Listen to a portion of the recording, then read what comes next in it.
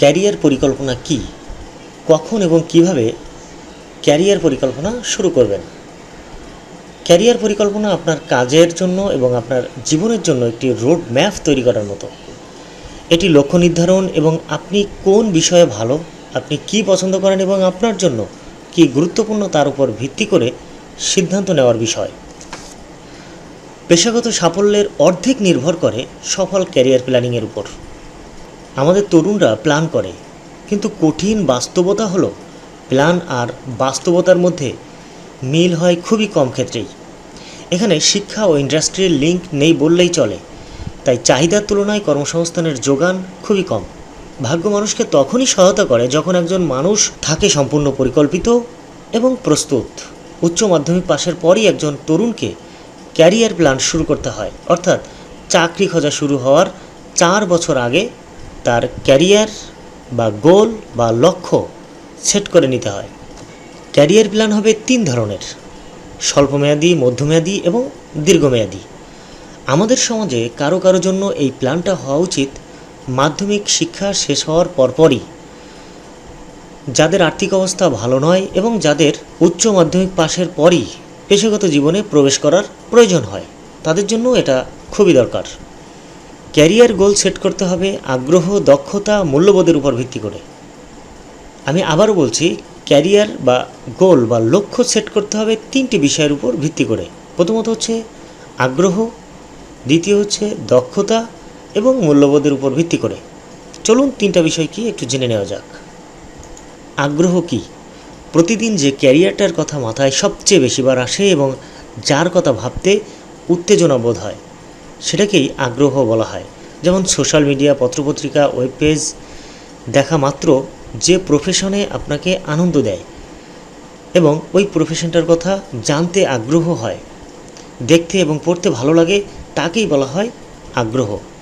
যেমন কেউ শিক্ষক হতে চাইলে শিক্ষকতার পেশা শোনা মাত্রই তার আগ্রহ জন্মাবে কিছু জানার জন্য।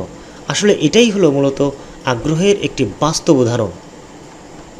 দক্ষতা হলো ক্যারিয়ার প্ল্যানিংয়ের দ্বিতীয় একটি উপাদান। আগ্রহ আছে শিক্ষক হওয়ার, কিন্তু কাউকে পাঠদানের বা শিক্ষাদানের কোনো দক্ষতা না থাকলে শুধু আগ্রহটা ক্যারিয়ার প্ল্যানিংয়ের জন্য যথেষ্ট নয়। অর্থাৎ পেশা খোঁজার সময়ে বা আগেই যে কাজের ন্যূনতম দক্ষতা আছে তাই হতে পারে মোক্ষম ক্যারিয়ার গোল বা লক্ষ্য।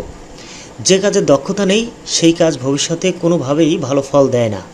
তাই জিনগতভাবে অথবা শৈশবকাল হতে ওই কাজের মূল্যবোধ তার অর্জিত হয়নি। আগ্রহ ও ন্যূনতম দক্ষতার ভিত্তিতে ক্যারিয়ার প্ল্যান সাজালে ওই কাজটা জোগাড় করা যেমন সহজ হয়, পরবর্তীতে ওই কাজের উপর সফল হওয়াটাও অনেকখানি সহজ হয়।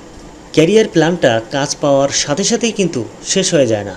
পেশাগত জীবনের শেষ দিন পর্যন্ত প্ল্যানিং অব্যাহত রাখতে হয়।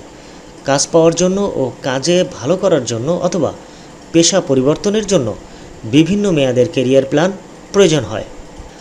আগ্রহ ও দক্ষতার সামঞ্জস্যপূর্ণ মিল হলেই মূল্যবোধের প্রশ্নটা চলে আসে। শিক্ষকতার প্রতি আগ্রহ ও দক্ষতা থাকলে এই পেশার মূল্যবোধ সম্পর্কে ব্যাপক ধারণা রাখা প্রয়োজন। মূল্যবোধ বলতে কাজের দায়িত্ব, প্রকৃতি, আয়, সামাজিক মর্যাদা, শ্রমঘণ্টা ইত্যাদিকেই বোঝানো হয়। মূল্যবোধ বোঝার জন্য কোম্পানি, সরকারি ও বেসরকারি প্রতিষ্ঠানের প্রোফাইল সম্পর্কে জানতে হবে। কোম্পানির web page, social media, press release ও অফিসিয়াল প্রতিবেদন হতে কোম্পানির মূল্যবোধ জানা সম্ভব। প্রত্যেকটি কোম্পানির লক্ষ্য, উদ্দেশ্য ও নীতি আলাদা হয়ে থাকে। বিভিন্ন কোম্পানির প্রোফাইল জানার পরে স্বয়ংক্রিয়ভাবে নিজের মনে একটি ইউনিক মূল্যবোধ তৈরি হবে। আগ্রহ, দক্ষতা ও মূল্যবোধ সৃষ্টির সময়ে নিজেকে কিছুটা ফ্লেক্সিবল রাখতে হবে। ভিন্ন ও পরিবর্তিত মূল্যবোধে নিজেকে মানিয়ে নেওয়ার যে মানসিকতা, সেটি অবশ্যই সৃষ্টি করা দরকার। গোল সেট হয়ে গেলে তা অর্জন করার জন্য অ্যাকশন প্ল্যান শুরু করতে হবে। আর এই অ্যাকশন প্ল্যান হবে স্বল্পমেয়াদী, মধ্যমেয়াদী ও দীর্ঘমেয়াদী। পরিকল্পিত বিষয় ও শিক্ষা প্রতিষ্ঠানে ভর্তি হওয়া স্বল্পমেয়াদী প্ল্যানেরই একটি অংশ। এখানে আন্ডার গ্র্যাজুয়েট ভর্তির কথাই বলা হচ্ছে।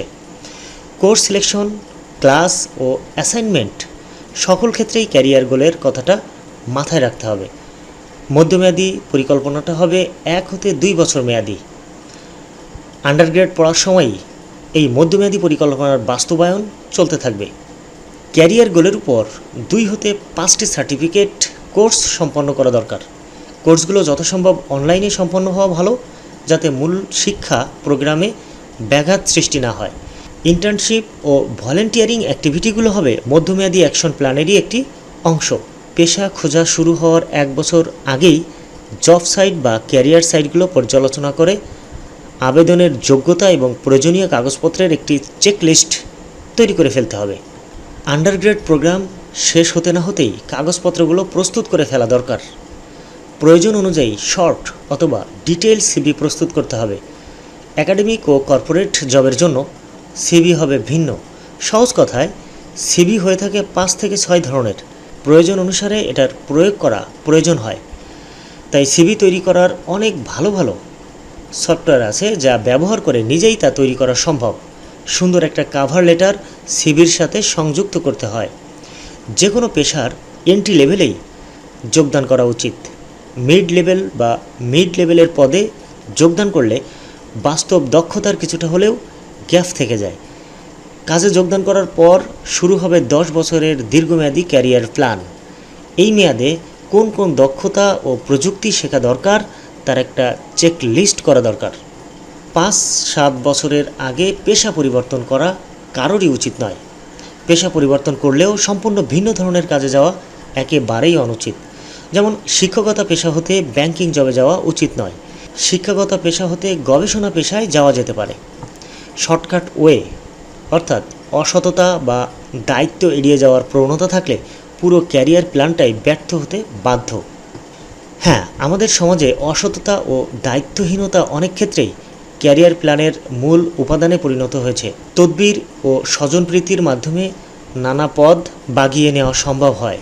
মনে রাখা দরকার, শুধু পদ পদবি আর আয় রোজগারের জন্য কিন্তু ক্যারিয়ার প্ল্যান নয়। ক্যারিয়ার প্ল্যান মূলত দক্ষ মানব সম্পদ হিসেবে নিজেকে গড়ে তোলা এবং দেশের জন্য সাধ্যমতো কাজ করা। এগুলোর যৌক্তিক ফলস্বরূপ অর্থ ও পদ পদবি আসবে এবং আসবে সম্মান এবং মর্যাদা। আজকে এই পর্যন্ত। ভালো থাকবেন সবাই। দেখা হবে আবারও নতুন কোনো ভিডিও নিয়ে। আল্লাহ হাফেজ।